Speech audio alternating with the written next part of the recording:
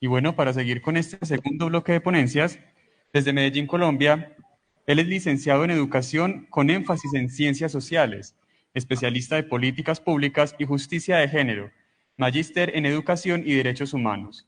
Con ustedes, el doctor Juan Camilo Estrada Chauta, con su ponencia Producción Escolar de Vidas Heterosexuales y Cisgéneros, dispositivos que producen la heterocisnormatividad en las escuelas. Gracias, mucho gusto. Hola, muy buenas tardes para todas y para todos. Bueno, ya les contaron, mi nombre es Juan Camilo Estrada, hago parte del grupo de investigación Diverser de la Universidad de Antioquia y soy docente también de cátedra e investigador de la Facultad de Educación.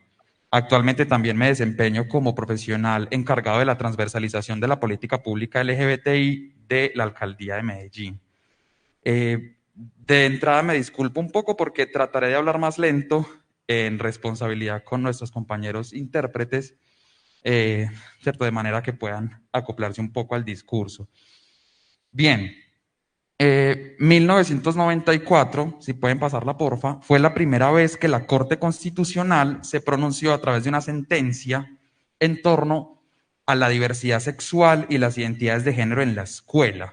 Eso hace casi ya 20 años. En esa ocasión, lo que hace la Corte es privilegiar la disciplina o el mantenimiento de la disciplina por encima de los derechos de las personas o de la persona más bien que fue sujeto de esa tutela que llegó a la Corte Constitucional. Luego vamos a ver, porfa, pasas a la siguiente, un cambio completamente drástico en el discurso que tiene la Corte Constitucional con respecto a los derechos de las personas LGBTI en las instituciones educativas. ¿Qué pasó con esta sentencia? Y la traigo como la entrada de esta presentación porque esta sentencia va a usar un montón de argumentos que todavía, a pesar de no ser constitucionales, siguen haciendo parte del discurso que manejamos los maestros y las maestras en las instituciones educativas con el fin de preservar un orden social sexual hegemónico. ¿Qué dice esta sentencia? Que el estudiante estaba en la obligación de respetar las buenas costumbres, una expresión que afortunadamente la Corte ya ha dicho es improcedente. ¿Por qué? ¿Qué es una buena costumbre? ¿Quién define una buena costumbre? ¿En qué parte de la ley dice esto es una buena costumbre? La buena costumbre siempre será un criterio completamente subjetivo. Y en esa medida se aplaude que la Corte Constitucional haya dicho esa expresión. Por ejemplo, hoy no puede estar en los manuales de convivencia. Y espero que el ejercicio de ustedes también sea revisar sus manuales de convivencia y eliminar ese tipo de expresiones que son completamente subjetivas y a criterio de quien escribe o, digamos, hace cumplir lo que aparece en esa norma. Además, la Corte dice que en ese momento el estudiante irrespetó esas normas o que sus conductas públicas más bien perturbaron el ambiente de la institución. Y en la siguiente diapositiva vamos a ver cuáles son esas supuestas conductas públicas que perturbaban el ambiente de la institución. Entonces dicen que el problema con el estudiante es que tenía conductas homosexuales. Estamos hablando de 1994, casi 20 años después de que se eliminara la homosexualidad como un trastorno mental y casi 15 años después de que el Código Penal tuviese una reforma y eliminara la homosexualidad como un delito. Pero, sin embargo, seguían condenándose las conductas homosexuales. Recuerden que apenas en el 98 se retiró del 2277 la cláusula que decía que los maestros no podíamos ser gays o lesbianas. Apenas en el 98, con una sentencia de constitucionalidad. ¿Qué decía? Entonces que el estudiante perturbó el ambiente escolar porque asistió con tacones y con maquillaje. Está bien, uno diría, claro, pues está usando prendas que no van con el uniforme, hasta ese punto, bien, no porque sean tacones. Los tacones son calzado y el calzado no tendría por qué tener género. Y lo más preocupante es que dice que al hacer estas dos cosas, puso en evidencia la propia condición sexual, como si las personas heterosexuales no lo hicieran todo el tiempo. Yo tengo que tolerar que una pareja de un hombre y una mujer se den un beso en público, pero supuestamente las demás personas no pueden tolerar o no tienen que tolerar que una pareja de chicas se dé un beso en público. Bien, dice entonces la Corte que estas son actitudes reprobables en contra de las condiciones normales y sanas del ambiente escolar. Eso en el 94, ¿cierto? Como les digo, ese discurso va a ir cambiando. Puedes pasar a la siguiente diapositiva, por favor. Entonces, ¿cuál es la intención de esta ponencia? Mostrar, a partir del análisis de 4 dispositivos escolares, cómo esta institución se encarga de reproducir la heterocisnormatividad, que ya les voy a explicar un poco qué es ese concepto tan largo, con la intención de formar vidas heterosexuales y cisgénero. La escuela nos quiere heterosexuales y cisgénero, a pesar de la labor que muchos maestros y maestras y otras personas de las instituciones educativas han venido adelantando en pro de nuestros derechos humanos. ¿Puedes pasar a la próxima, porfa?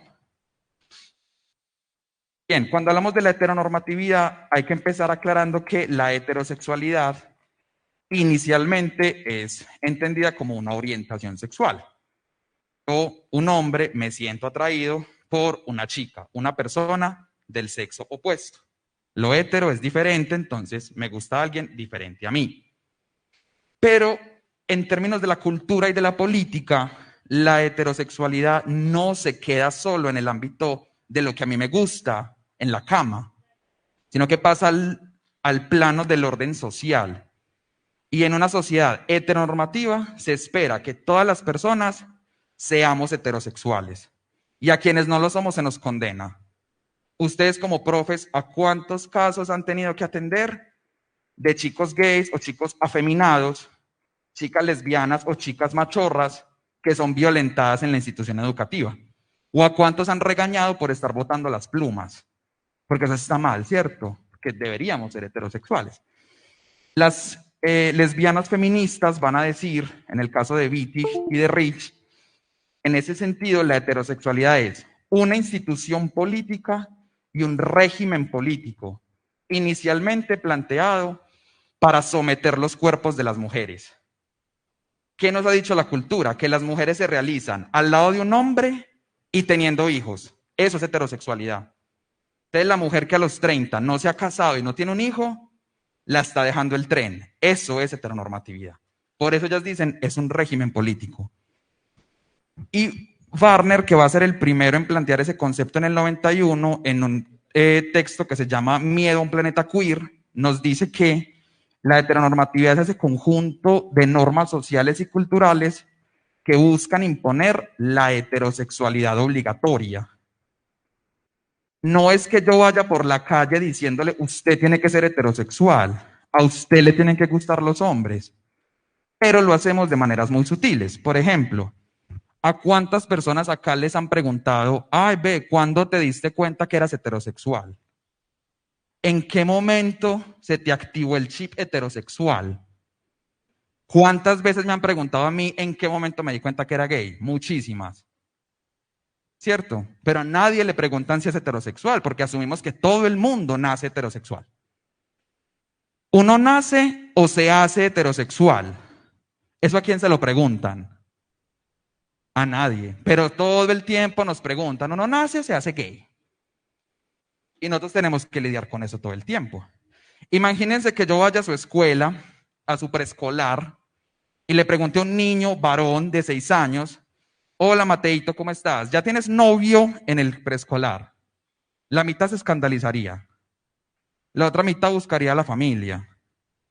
Otros me sacarían inmediatamente del colegio porque estoy homosexualizando a ese niño.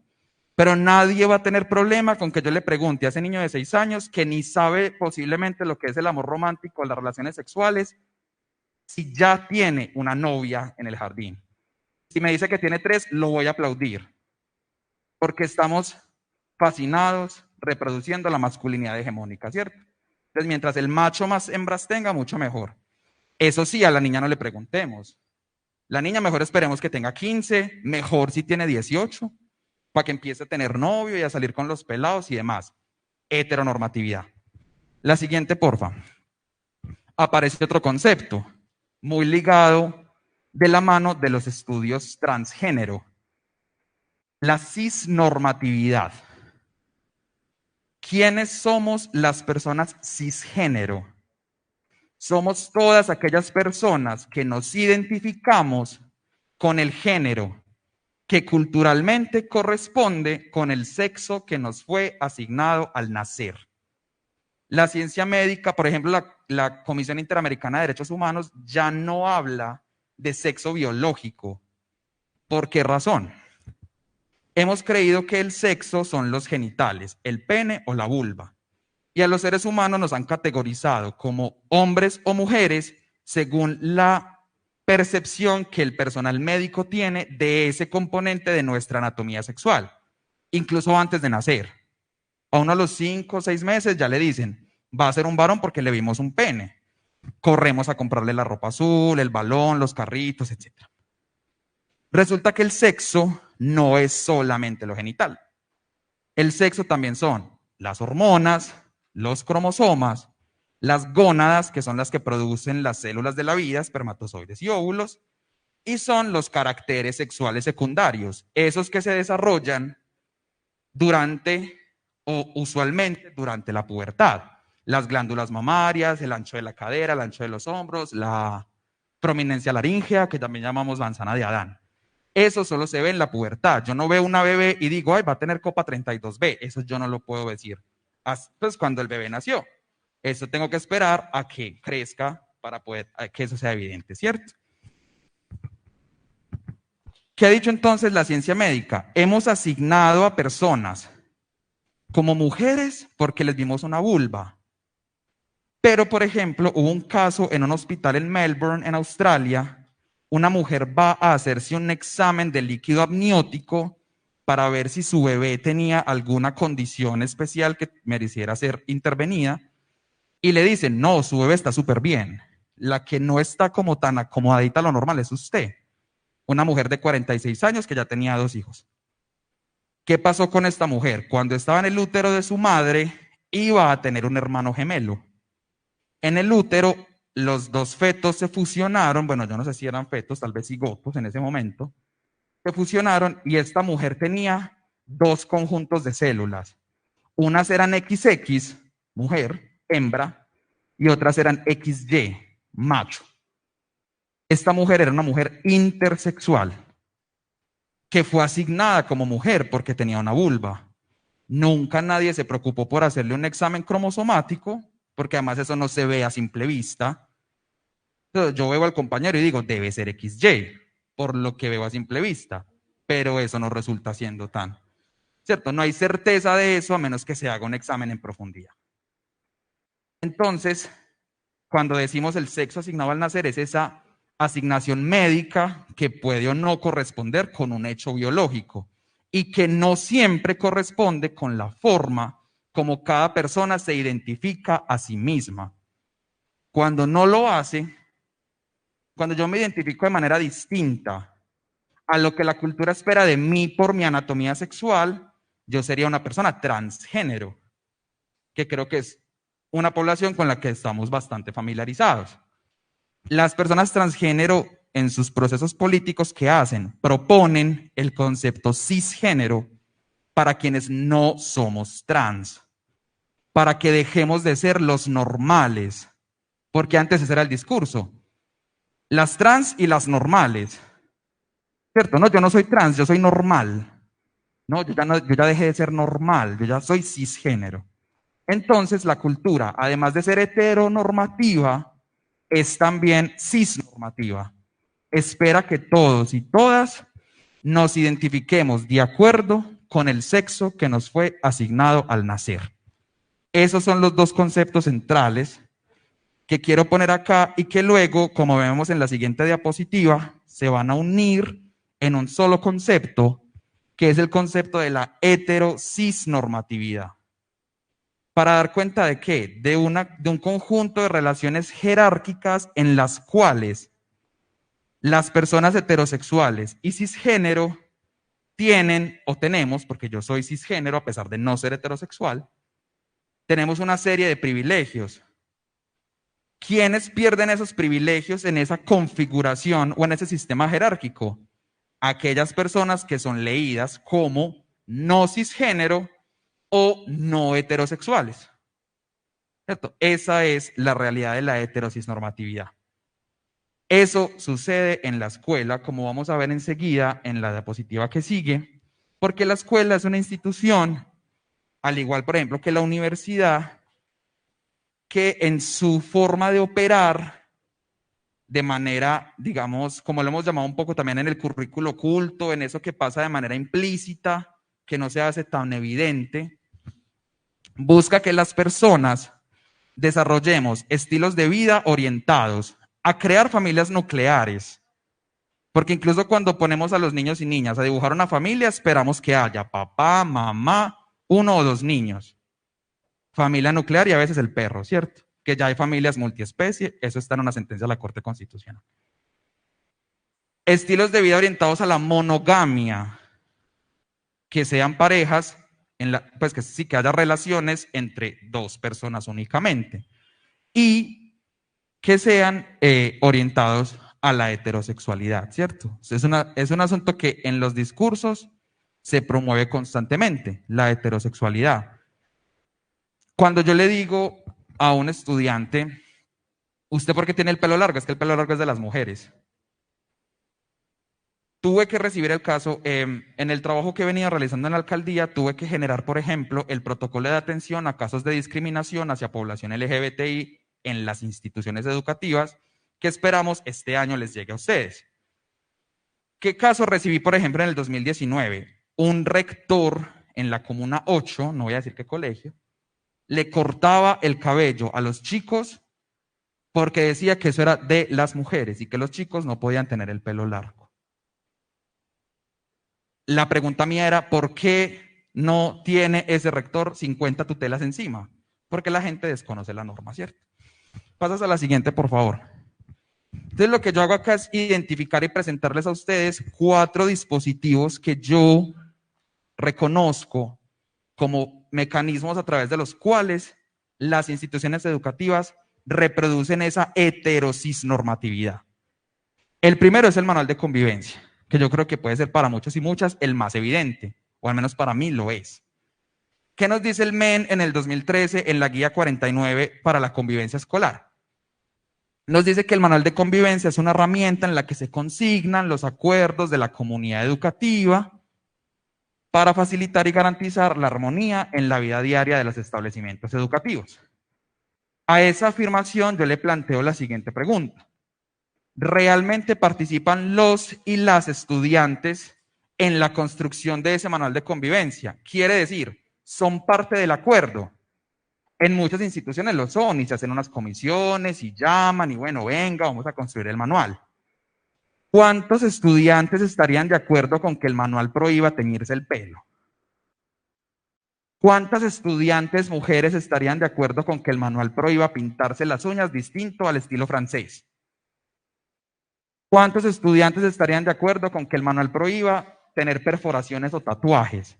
O como el caso de un colegio de Bello, que los hombres no pueden tener barba. Ridículo, completamente ridículo, y así está porque son manuales que revisé a principios de este año. ¿Los estudiantes estarían de acuerdo con eso? Yo creo que no. No lo estaba yo, que me gradué en 2009, que este debate todavía era un debate muy pobre. Lo van a estar ahora cuando la Corte ya ha dicho, por ejemplo, en el 2013, sentencia 562, que las personas trans pueden ir a la institución educativa con el uniforme con el que se sientan cómodas. Que en la 565 del 2013 dijo que la institución no puede inmiscuirse en ningún ámbito de la autonomía y del libre desarrollo de la personalidad, como es el cabello, las uñas, los tatuajes y las perforaciones. Ellos y ellas no estarían de acuerdo, no todos y todas, con esos supuestos acuerdos, pero el acuerdo sigue apareciendo en el manual. Entonces, ¿cuál es la tesis mía con respecto a los manuales de convivencia? Repito, es una tesis mía, no quiero decir que esto sea de una construcción colectiva, es mía. En la siguiente diapositiva, entonces, el manual de convivencia en ese sentido se convierte en un dispositivo adultocéntrico. que termina siendo construido y legitimado por las personas adultas, que además somos la inmensa minoría en las instituciones educativas. ¿Qué pasa con ese dispositivo adultocéntrico? Rechaza los universos simbólicos de la infancia y de la juventud en beneficio de esas concepciones que el mundo adulto tiene sobre lo que es una sexualidad aceptable. Medidas, ¿por qué? Por las convicciones del mundo adulto, que es un mundo adulto que se formó en otro momento, con otros debates legales, con otros debates jurisprudenciales. Hay otra institución educativa por aquí vecina en el centro que considera situación tipo 3, y ustedes saben lo que es una situación tipo 3, la homosexualidad y el lesbianismo. Institución pública, situación tipo 3. Ese rector, rectora, lo que sea, no sé quién es, se quedó en el 79. En el 80 el Código Penal se reformó y se dijo, ni la homosexualidad ni el lesbianismo, eso no son delitos. Una situación tipo 3 usualmente la asociamos con un delito. Para este colegio es un delito. Y el acoso sexual, situación tipo 1. Con eso les digo todo. ¿Qué nos dice la Corte Constitucional en el 2003? Y esto es fundamental y parece ser que para muchas instituciones esto nunca ha existido. El respeto al núcleo esencial de los derechos fundamentales de los y las estudiantes no se disminuye como consecuencia de la facultad otorgada a los centros educativos para regular el comportamiento de sus alumnos. Eso tiene otro relato al lado, y es que el manual de convivencia debe acomodarse a la normativa superior que le dio origen. ¿Eso que implica en términos muy simples? Cumplir un deber jamás puede implicarme a mí renunciar a un derecho. Es que usted firma un manual de convivencia que dice que no puede venir con ese pelo verde, y si viene con ese pelo verde no puede entrar al colegio. Qué pena. Tu manual de convivencia no me puede aplicar. ¿Por qué? Por dos razones que están integradas en el artículo 16 de la Constitución Política. Pintarse el pelo verde no es contrario al ordenamiento jurídico nacional, no es un delito. Puede ser un delito en Corea del Norte, no en Colombia. Primera condición, descartada. Segundo, pintarme el pelo de verde no vulnera ni transgrede los derechos de terceros, que es el segundo condicionante del derecho al libre desarrollo de la personalidad. ¿Bajo qué argumento puedo yo decirle a un estudiante que su pelo verde le transgrede los derechos a otro? Cualquier intervención que yo haga sobre mi cuerpo, yo puedo llegar mañana con 2 cuernos acá prostéticos y ninguno y ni ninguna de ustedes puede decirme que eso les está vulnerando sus derechos. Es algo que yo estoy haciendo con mi cuerpo, bajo mi propia autonomía. Tanto así que en 1999, con una sentencia de unificación, la Corte Constitucional dice, por ejemplo, que a bebés intersexuales, aquellos bebés que nacen con unos genitales, entre comillas, ambiguos, que no son ni un pene por completo, ni una vulva por completo, no se les puede someter a cirugías por deseo de las familias ni por criterios estéticos de los médicos. ¿Qué hace la Corte Constitucional con esa sentencia? Reafirma que la única persona dueña y señora de su cuerpo es el mismo sujeto. Ninguna otra persona tiene el derecho, ni siquiera los padres, y eso queda clarísimo en la sentencia. ¿Qué es la excusa que muchas veces sacamos? Es que los padres no dejan, es que los padres son los padres, está muy bien. Pero es que hay un límite en esa tutela que ejercen los padres sobre los derechos de los menores. Pasas a la siguiente, por favor. Segundo dispositivo que reproduce la heterocisnormatividad en la escuela, la educación sexual para las personas LGBTI realmente es educación heterosexual. A nadie en la escuela, no que yo sepa, si estoy equivocado ustedes me corrigen, le han enseñado cómo tienen sexo 2 hombres, cómo tienen penetración anal, cómo tienen sexo 2 mujeres, cómo se usa un condón de lengua en una relación entre chicas lesbianas o entre mujeres, independientemente de su orientación sexual. ¿O a alguien le enseñaron eso? ¿O ustedes enseñan eso? No, tendríamos pánico, nos demandan. No podrían demandarnos, pero tenemos el susto de que nos van a demandar, ¿cierto? Sí, pero no procedería esa demanda. ¿Qué pasa entonces con la educación heterosexual? Las bases de la educación sexual las sienta la sentencia T440 del 92. Vean que la Corte ha sido una institución bien extraña, aunque nosotros reconocemos que ha sido nuestra institución aliada. El Congreso jamás lo ha sido la Corte Constitucional. En esa sentencia decía que el objetivo de la educación heterosexual era, o es, porque es una sentencia que todavía aplica, proveer elementos objetivos para contribuir a su reflexión sobre la sexualidad y a una más clara, racional y natural asunción de su corporeidad y subjetividad. Y aclara una cosa muy importante, que es lo que acabé de decirles. La sexualidad es un campo que pertenece, por definición, a la intimidad y al libre desarrollo de la personalidad. Ninguna persona tercera tiene derecho a inmiscuirse en la forma en que cada persona defina cómo va a vivir su sexualidad. Si yo les digo a ustedes que ese es un debate, por ejemplo, que hay con las instituciones educativas.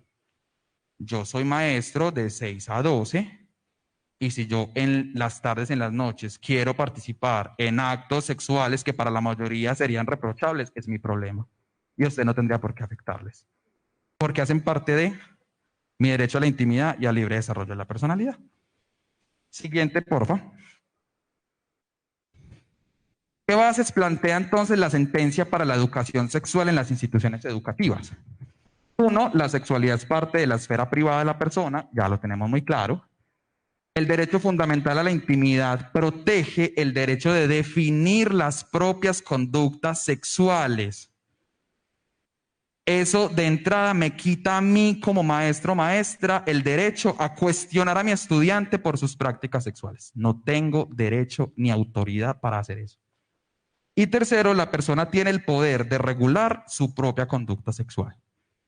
Esas son 3 bases fundamentales para la educación sexual en la escuela. Siguiente, porfa.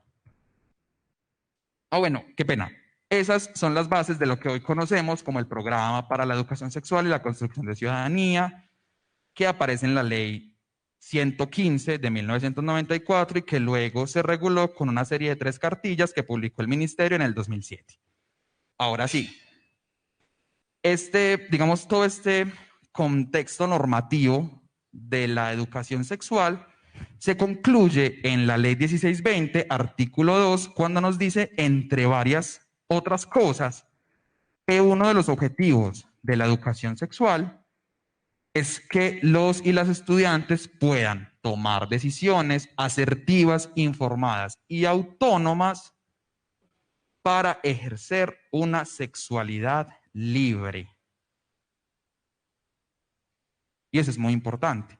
Una amiga mía era profe en un colegio en Río Negro. Pues era la profe joven, esa profe chévere a la que los estudiantes van y le preguntan cosas que no le preguntarían a sus papás o a otros profes. Y había una pareja de chicos gays. Bueno, no sé, uno sería bisexual. Una pareja de chicos en todo caso. Y le preguntan, profe, ¿nosotros estamos teniendo relaciones sexuales o queremos tener relaciones sexuales? Y pues yo creo que no es un secreto para la mayoría que cuando hay penetración anal se requiere un lubricante, cosa que a las mujeres no les enseñan usualmente porque se asume que la vulva lubrica por sí sola, lo cual no es cierto para todas. Entonces los chicos van y le preguntan a ella, y ella en medio de su desconocimiento, pero queriendo responder esa pregunta, ¿cierto? No prohibirla ni asustarse, porque eso sería, digamos, contraproducente. Ella les dice, no, pues yo creo que pueden ir a una farmacia y comprar vaselina. Así, les dice, porque no los va a mandar a una sex shop, obviamente. No los va a mandar a comprar lubricantes a base de agua en Mercado Libre. ¿No? Ya les dijo, vayan a una farmacia y compren vaselina. La vaselina es un producto muy dañino porque es a base de petróleo. Información, una sexualidad informada, esa debería ser nuestra tarea. Pero como nosotros no sabemos de eso, es que uno como culpa a la profe. Uno como le dice, parce, pero como... No, uno le dice, bueno, no está bien. Te equivocaste. La próxima vez que te pregunten, respóndele esto y esto. ¿Listo? Uno como la culpa, no nos han educado para ese tipo de educación sexual porque nos han educado en una educación heterosexual, en la cual un pene penetra una vulva y la vulva lubrica por sí sola. Y esperamos que esa penetración se dé sí y solo sí con el propósito de tener hijos, que ese es otro de los discursos muy comunes que a veces circulan en las escuelas. ¿Qué pasa entonces? Dos asuntos muy problemáticos con la educación sexual en la escuela. Uno, como ven en este primer párrafo, gran parte de los contenidos están enfocados en una concepción binaria del sexo, machos y hembras, lo que desconoce por completo que la ciencia médica, la biología, la endocrinología, la genética han identificado al menos 60 estados intersexuales, desarrollos de la anatomía sexual que no son ni machos ni hembras y que tampoco son deformaciones ni anormalidades.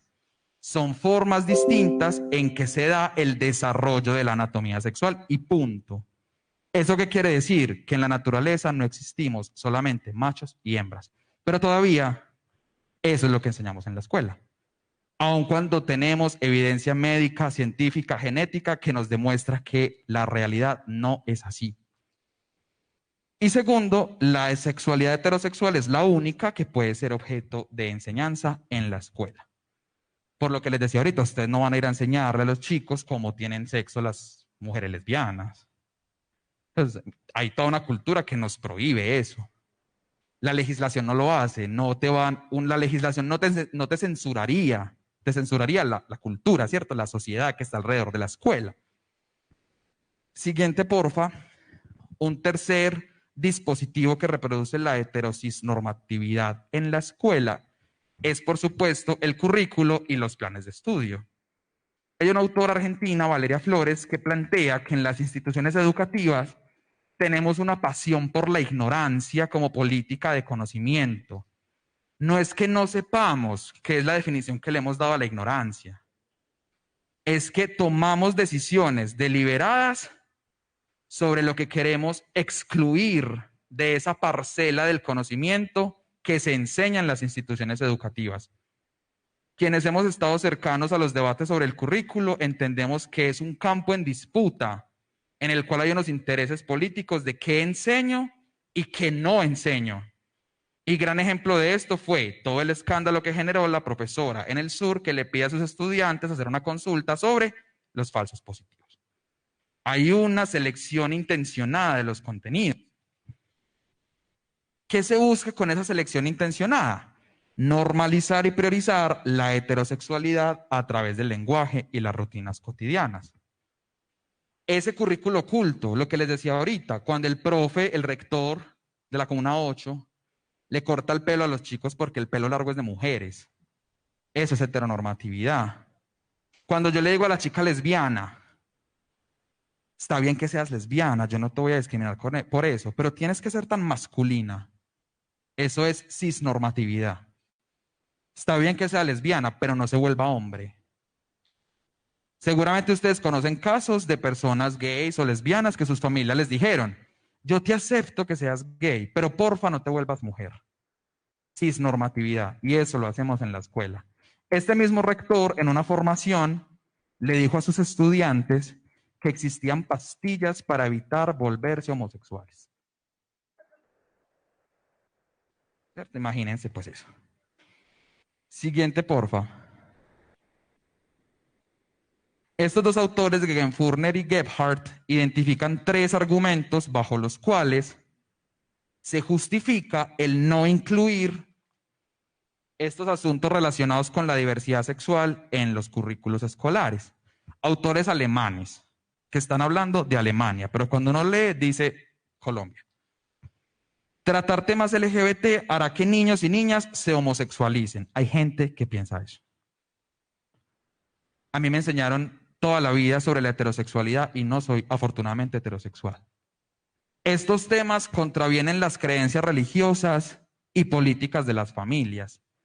Imagínense si la escuela tuviera que aceptar y legitimar todas las posturas políticas y religiosas de las familias. ¿En qué estaríamos?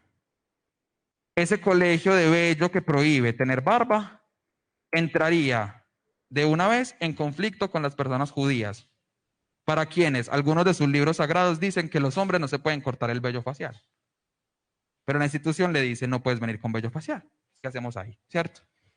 Y por último, que maestros y maestras son modelos a seguir y por ende cambiarán o tienen la potestad de cambiar la orientación sexual y la identidad de género de sus estudiantes.